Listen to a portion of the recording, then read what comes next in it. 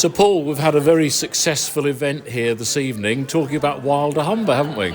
Yeah, we're here in Grimsby, the gateway to the Humber, gateway to the North Sea, and celebrating wilder Humber with our partners, friends, contractors and staff that have been really key part of the project for the years since its early inception. And the whole thing about it is you have to do it working with other people, with partners, don't you?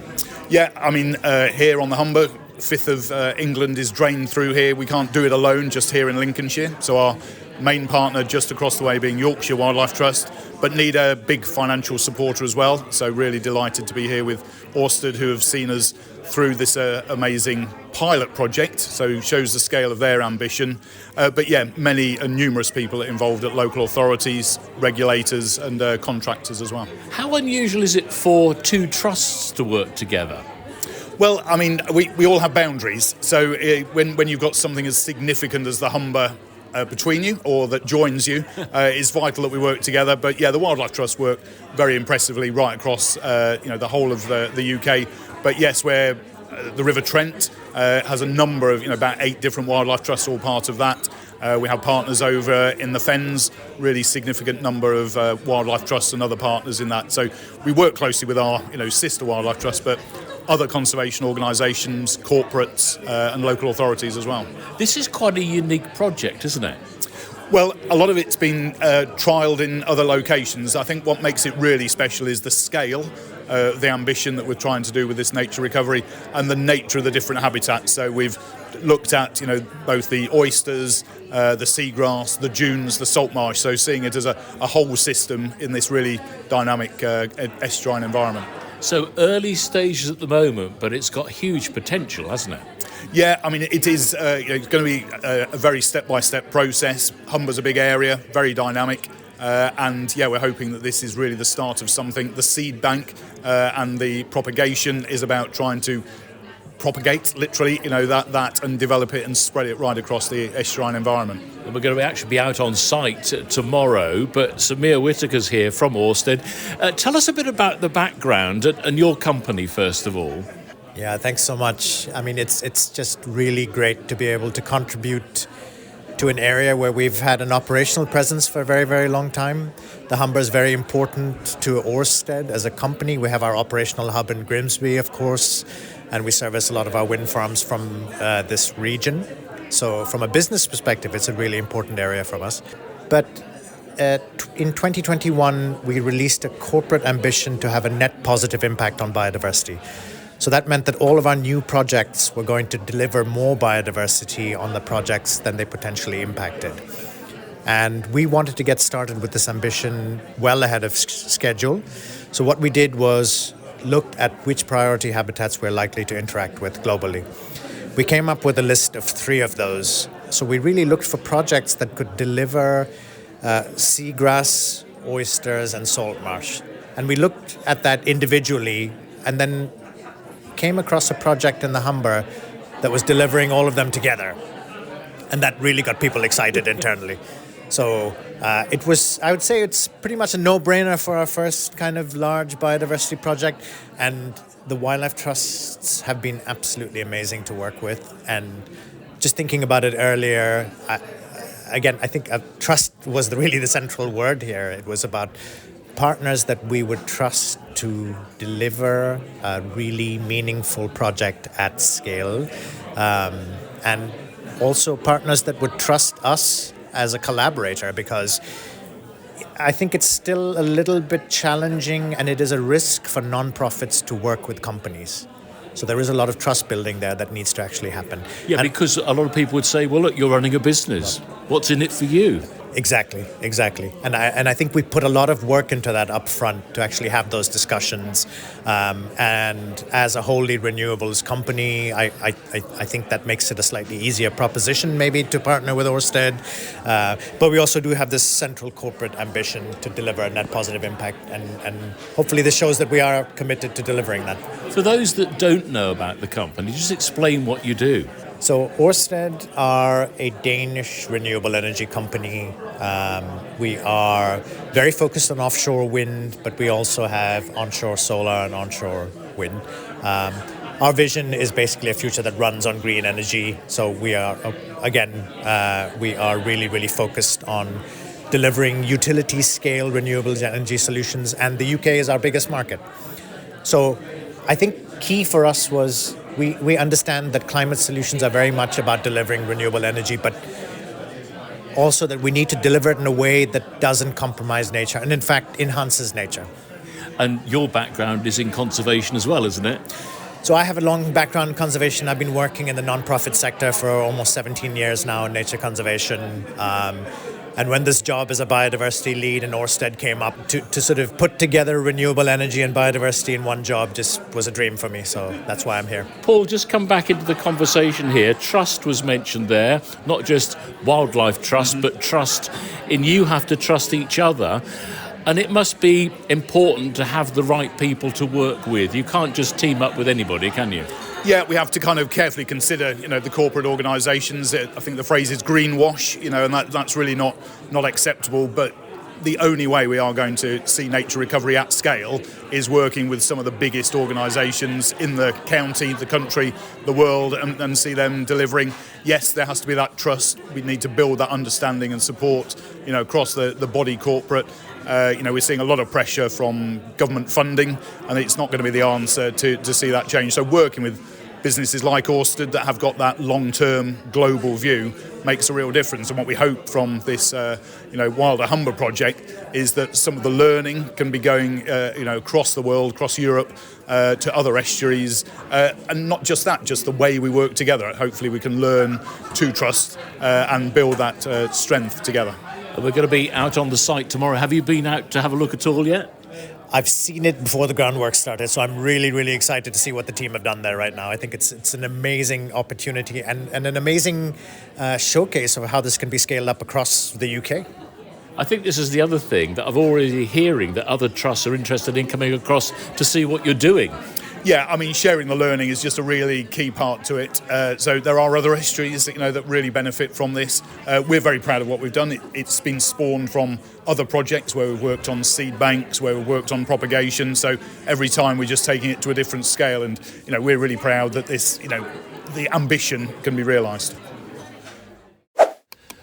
So, Samir from Ørsted, we're actually on site now. What do you make of it now?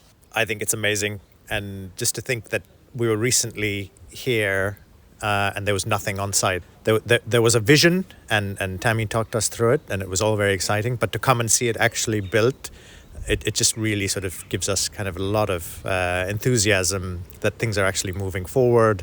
There's soon going to be plants actually in the polytunnels ready to go out back into the environment. So that's really, really great to see. Yeah, the polytunnels look very substantial. Plenty of room for plenty of plants. Exactly. And I think the scale at which we need to do salt marsh restoration, well, we've lost about 60% of all salt marsh in the UK. So thousands and thousands of hectares of restoration need to be done in the UK. Just remind us why your company are so involved with this. Ørsted have a commitment to have a net positive impact on biodiversity, and that's for all of our new projects. We prioritize the habitats that we interact with during project development, and salt marsh is one of these, definitely, because we obviously have to bring our cables on shore. Often this does happen through salt marsh habitat, and there can be impacts. So we are really committed to leaving these environments in a better place than they were when we actually got here. So that again, if we're creating new plants and know we're putting the right plants back, that will make all the difference. Absolutely. And they may not look it at first glance, but they're incredibly complex habitats, salt marsh. So you really need to know what you're doing, and to have the experts based here advising us and other companies on how to do this, and actually providing the plant material and the know-how to do this is very valuable. The project at its early stages, but looking good for the future. Very, very excited to see where things go, and really looking forward to coming back and seeing some plants in the polytunnels. So Beth Fox is with me now. Let's talk a bit about the overview of the whole sort of Wilder Humber project, of which you're very much involved, aren't you? I am. A wide remit. Yeah, I am. So if you're not familiar, Wilder Humber is a project that is a 5-year funded project, and it is a partnership between Lincolnshire Wildlife Trust, Yorkshire Wildlife Trust and Ørsted, who are our funder. And what is your role within that?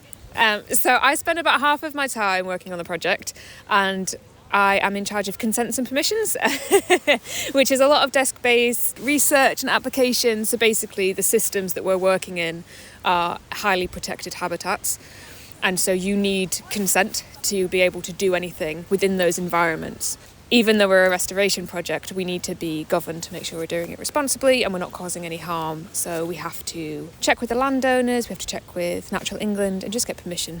It's interesting because we were even talking about seed collection and plant collection here as part of this wider project, and saying that, you've got to be careful not to take the wrong plants away. Some are very rare, aren't they? Some are incredibly rare, and there is merit to seed banking those rare plants, and in fact that is something that is practiced. But yeah, so I think we were saying sea lavender, which is incredibly endangered, but you have lots of different types of sea lavender, and so you have to preserve the genetic diversity of that. So what we don't want to do is take sea lavender, propagate that and then wipe out and create a monoculture of just one type of sea lavender. So you do have to be really careful about what you're doing. One of the interesting sides that I've learned is more about oyster production. And actually, we met at the Lincolnshire show last year, and you were talking about it there. I think people would be surprised as to what used to happen in this stretch of coastline. Yeah, so there used to be so many oysters across the Humber estuary that it actually was a problem for shipping because they couldn't get through. They were that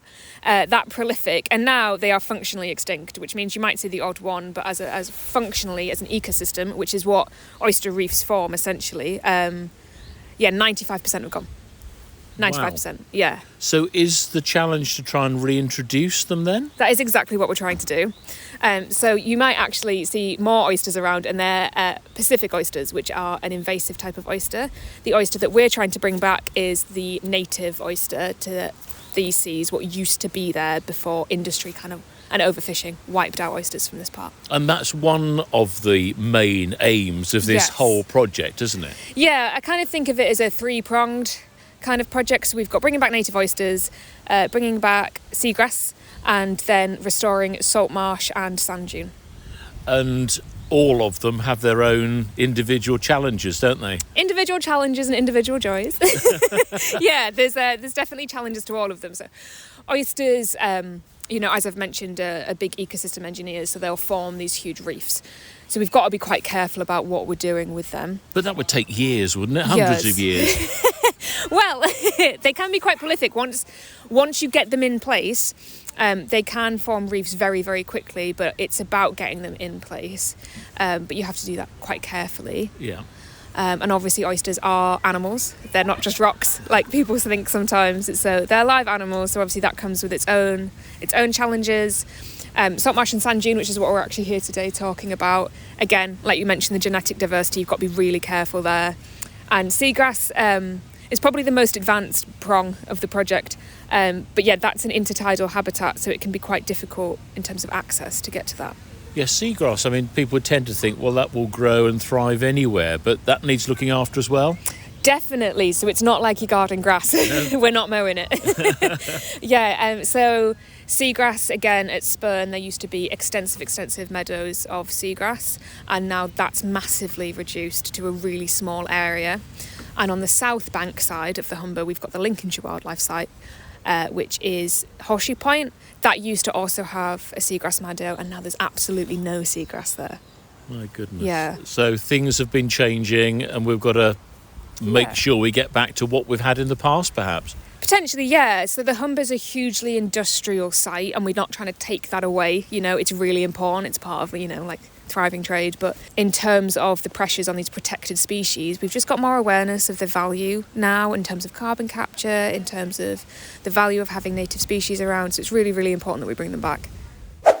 Well, with me now is Tony Juniper, chairman of Natural England. What do you make of the whole project?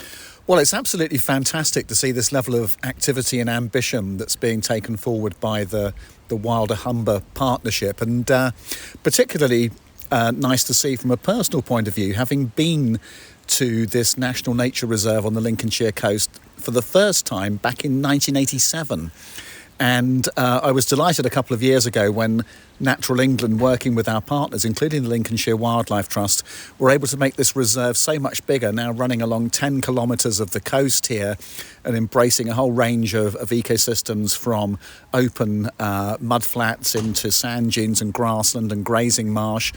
And really the place is now thriving. And to see, in addition to that work now going on across the Humber with the work of the Wildlife Trust and Ørsted and other partners, this is really great to see nature recovery in action.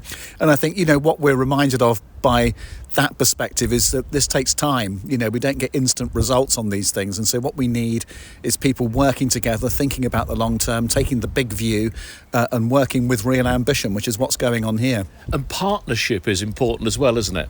Well, it's absolutely critical. We get nowhere without partnerships, because these issues that we're trying to grapple with in not only halting the decline of nature, but achieving recovery at a time when the country is seeking more economic growth. We have hopefully more people wishing to enjoy the outdoors, and so being able to accommodate that.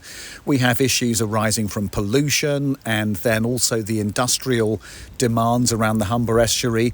And on top of that, now we're into a period of visible climate change. And so if we are going to be able to grapple with all of these issues, which all interrelate with each other, there's no one organisation that's going to be able to do that. So partnership is critical across the private sector, across local government, across national government, across the NGOs and efficient agencies like ourselves at Natural England. Because if we can build those connections between all these different expert organisations, and if we can find ways of converging our impact and activities, we get so much more than if we're working in isolation. The last time you were here was with King Charles, wasn't it? It was. I was delighted to be up here in the summer of 23 to launch the first of what is the King's series of national nature reserves that we have put in motion to mark the coronation of King Charles. And this was the first one of 25, the Lincolnshire Coronation Coast.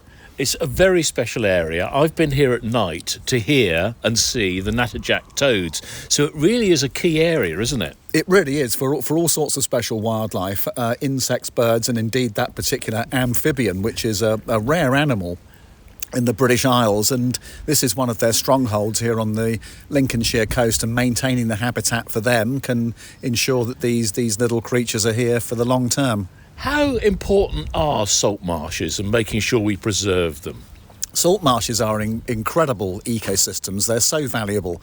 For one thing, they provide coastal defences, and we know that with climate change we're going to see stronger storms. They will probably occur more frequently, and if we have self-adjusting sea defences, which is what salt marshes are, much better, more effective and cheaper than concrete and engineered defences, so they can help us to adapt to climate change, and they can also help to catch the carbon which is causing the problem. And indeed, a hectare of salt marsh in the British Isles has got more carbon in it even than a tropical rainforest. And we hear all the time about the need to save the Amazon to protect the climate, and that's quite right. But on our doorstep here in Britain, we have this incredible carbon-rich habitat, which not only do we need to protect, but to expand. And this is one of the ambitions of Wilder Humber, which is a wonderful thing to know. And on top of these huge functions in terms of the global picture, of course, these are hugely important habitats for a whole range of invertebrates and plants, and also some of the spectacular aggregations of birds that we see around this part of eastern England. So salt marsh is a critical habitat, and I think over the years, people have tended to see them as a bit of a wasteland and trying to reclaim them, so-called reclaim. It's claiming. What we're doing now is true reclaiming in putting salt marsh that was converted years ago back to salt marsh. That's proper reclamation, I would say. And so that kind of work brings multiple benefits, and looks like the project is off to a really great start. Yeah, somebody was telling me earlier that if you'd come here a few years ago, it would have been more like mud flats that have now become salt marsh. So is that the ambition, to create mud flats and turn them into salt marshes? This is a highly dynamic coast, and some bits of it are eroding quite rapidly on the eastern side of England. Other bits are accreting sediments, and you find one area with the coast retreating and other areas where it's expanding as a result of that material being deposited. And so working with that highly dynamic coast is one of the things we have to master. And so the Natural England team and our specialists are delighted to be working with the Wildlife Trust to be able to map out where the best places are to regrow the salt marsh compared with areas where the coast is naturally eroding. And for those that don't know, tell us a bit about Natural England and the role that it plays. Well, we are the government's agency for nature in England, and we perform a variety of roles. So one of them is to advise government on policy. And so, for example, we would help to shape new laws and new ways of achieving outcomes, not only for nature, but also for other essential functions, including, for economic development of different kinds. We are also a deliverer of government policies. So when policies are decided, we help to make them happen on the ground. And so the work we do with farmers, for example, helps to achieve the government's ambitions to create more environmentally friendly food production. And we're also a regulator, and so we put in place, for example, the protected areas, which are the backbone of nature conservation in England, including the sites of special scientific interest and indeed the national nature reserves, of which we're in one of right now, which is much more of a voluntary approach, but nonetheless is part of that toolkit of measures that we can use to ensure that the government's goals for nature recovery are met. And on top of those advisory, delivery and regulatory roles, we're also a scientific agency. We have about 500 technical experts working in the organisation that inform all of the above and all of those different functions that we perform. So we're a big body. We are, I would say, an important body, and one of the things that we're really focused on now to make sure that we can make the most of all of those different things we bring is to work in partnership.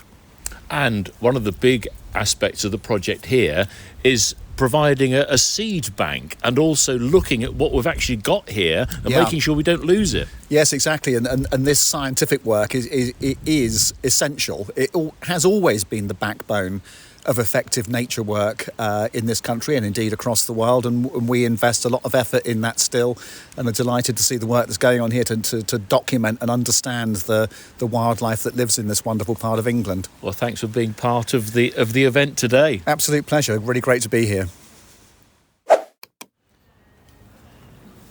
Tammy Smalley, we've come into one of the new polytunnels on the site. It's nice and warm in here. It is. It's a bit blowy outside, typical as we're having a barbecue. I want you to set the scene for us. Tell us about the background of the whole of this project. Where did it start? So basically, me and a chap called James Wood thought we need to map out all of the potential the Wilder Humber has for nature's recovery that can also deliver for the society on the Humber. And we were funded by the European Landscape Programme that gave us a discovery grant, and that saw the start of a process of working with lots of people, and we created a crazy map of all the potential projects. We sent the report in, and by luck, Samir from Ørsted was sat next to the landscape people when the report landed.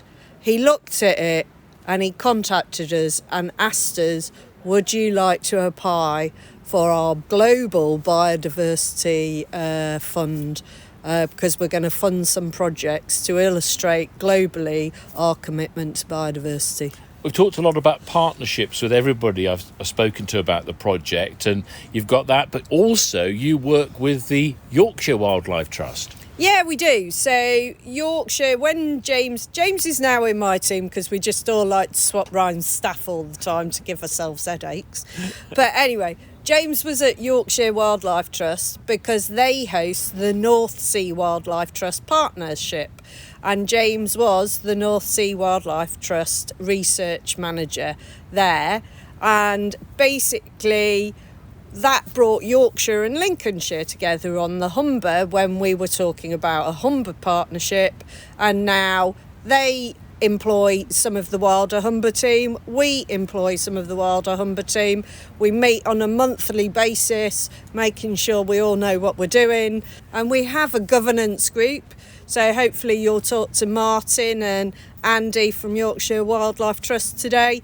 And we meet up with Ørsted every quarter or so as well, so that we're reporting directly, chatting with Samir. It's a beautiful thing. Lots of hugs. This is very early stages at the moment. Hopefully, in a few years' time, perhaps within the year, we'll see plants within these polytunnels. Just tell us how this all fits in. So I'm a great believer in getting a bang for a buck. So there is the wilder Humber delivery. So we're focusing on sand dune and salt marsh, biodiversity enhancement and recreation. So we will collect seeds from local sites with all the consents and permissions, and then we will seed bank some. Bang for the buck, one. We will send some of those seeds to the Kew Millennium Seed Bank. So, some of our seeds from Lincolnshire in the global seed bank. Then we will send some of the plants that we collect from as herbarium specimens to the Natural History Museum. But we'll use some of the seed to grow on plant plugs here. And then we'll get those plants out into the salt marsh and sand dunes to increase diversity, as well as managing some of the more invasive species in those habitats. And as you collect the seed and the plants, do you record where you've got them from and the sort of environment they were in? Yep, so we geo-reference them so we know their exact position that we're taking them from. We record the weather, we record who collected them, we record their journey. They get referenced in the seed bank with an individual unique identification. So anybody who needs to know where a plant plug or that seed came from, we can show them directly on a map at the end of the day with a pinpoint, nearly. And I've already seen in your fridge, most people keep milk and butter in the fridge. You've got seeds in yours. Yeah, beautiful jars, jam jars. They are jam jars, but they're full of native, local provenance seeds. And at the moment, it's a normal fridge freezer system, but we will hopefully in the coming year or two have a proper cold room down here, that then we can really bulk up on the amount of seed we have and the amount of production we can do in these polytunnels. You're going to need quite a few volunteers to make this happen, aren't you, as well? Yep, we are. So our first open day for volunteers to come and sign up is Wednesday 28th of May in the half-term holes. There'll be activities here. We're looking for people willing to be trained in the skills of seed collection, seed processing, plant propagation. There will be activities for kids, but we are looking for, people who can dedicate time and help us make this a great success. Well, you can probably hear from the sound a little bit different. We've come inside the volunteer hub area. Quite basic at the moment, but this will be the place that people will be just working away, won't they? Yeah, hopefully we're going to have a really great team of volunteers that are going to be helping us here, like growing all our plants, hopefully doing seed collection, doing full training with them, and they'll be learning along with us and going on this journey with us. I think that's the exciting thing, being involved from the start, and that's your story as well. You've been involved and joined the organisation at the beginning of this, didn't you? Yeah, so I've been in my role for nearly a year now and been seeing this. Last time I was here, it was almost a wasteland and not a lot here. So it's really great to see it come to life, and hopefully we'll have some plants in here as well. What do you make of it all? Because it's quite exciting, isn't it? No, it's really exciting, like being the first salt marsh nursery in the UK. It's really exciting to be a part of it. So I'm really excited to see what we do with it. But we will need volunteers to make it work. So what's going to make a good volunteer? Someone someone who just has a real passion for nature and restoration, just wants to help. You don't need any previous skills at all, just someone who wants to come and help out. We'll have all sorts of jobs on site, from sowing the seeds and seed banking and training. We'll be doing training for seed collection, and then there'll be on-site maintenance things and weeding and looking after everything. There'll be all sorts of jobs for people to do, and something for everyone. We can only imagine what this is going to be like in a year's time. Yeah. It will be completely different, won't it? Yeah, definitely. I'm hoping we will have some polytunnels full of plants in a year's time. That's my goal. Okay, well, we'll take photographs now. We'll Yeah. take some next year. Yeah, definitely, yeah. Got with me now Martin Slater from the Yorkshire Wildlife Trust. What a great project we've got here, and a joint project as well. Yes, it's an amazing project, Wilder Humber. You know, this project between Yorkshire Wildlife Trust on the North Bank, Lincolnshire Wildlife Trust on the South Bank, and Ørsted making that funding, doing all these wonderful things. It's just absolutely terrific here at Seaview Nursery. You know, a complementary facility to our facility on Spurn, where we're developing seagrass and oysters.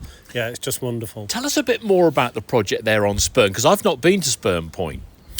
Yeah, so at Spurn we're kind of leading on oyster reintroduction into the Humber and seagrass, restoration of the seagrass meadows and the extension of the seagrass meadows. So we've got a facility at Spurn there in our field station, where once we've collected the seeds from the foreshow, we process them in these big tanks, we sieve them, we sort them, and we get them ready for planting out in spring and autumn. Also with us today, who have we got? We've got Andy van Olivier. I'm the Marine Programme Manager at Yorkshire Wildlife Trust. And what's your take on this whole project? I think it's fabulous. You know, it's so often we work at one single system. Here we work on a seascape approach. We're looking at salt marsh, seagrass, sand dunes and oysters. And it's really building that connectivity between the different habitats that's so important to make a successful restoration actually work. I think, people's ears will prick up when you mention oysters, because there used to be, years and years ago, oyster beds here. Yep, at Cleethorpes there used to be, as far as the eye could see, you would see oysters at a low tide. Long gone sadly from the Humber, and we're bringing them back now, which has been a huge bit of work, but really, really exciting. Yeah, do you think we could see lots of oysters in the future? It's possible, yeah. I mean, we're working really hard to do that and get the permissions to do that, and do that in a way that doesn't interfere with navigation or detract from other wildlife habitat in the Humber estuary. But, fingers crossed, we're working really hard at someday to bring those oyster beds back. And again, Wilder Humber, that's working, with people and volunteers from both Yorkshire and Lincolnshire, isn't it? Yeah, I mean, we can't do this on our own. We have to work together. We have to work with the public. And it's by, mobilising people for nature that we can actually make the difference. Yeah, we were saying that we need volunteers for the seed and plant collections here. You're always looking for volunteers, I would imagine, in Yorkshire as well. We do, and we're really blessed by volunteers. Yorkshire Wildlife Trust has 900 volunteers, across the county doing loads of things. And we have volunteers at Spurn as well. Our own staff do that seed collection, but it's impossible without those volunteers. Yeah, and your impressions today, seeing a next step forward? Oh, well, it's been many years in the planning, the nursery, so we've only seen it on paper and on spreadsheets, but now to come here and see the buildings, see the polytunnels, is terrific. And then we'll come back and we'll see next year and the year after, we'll see lots of plants, which is what it's all about, isn't it?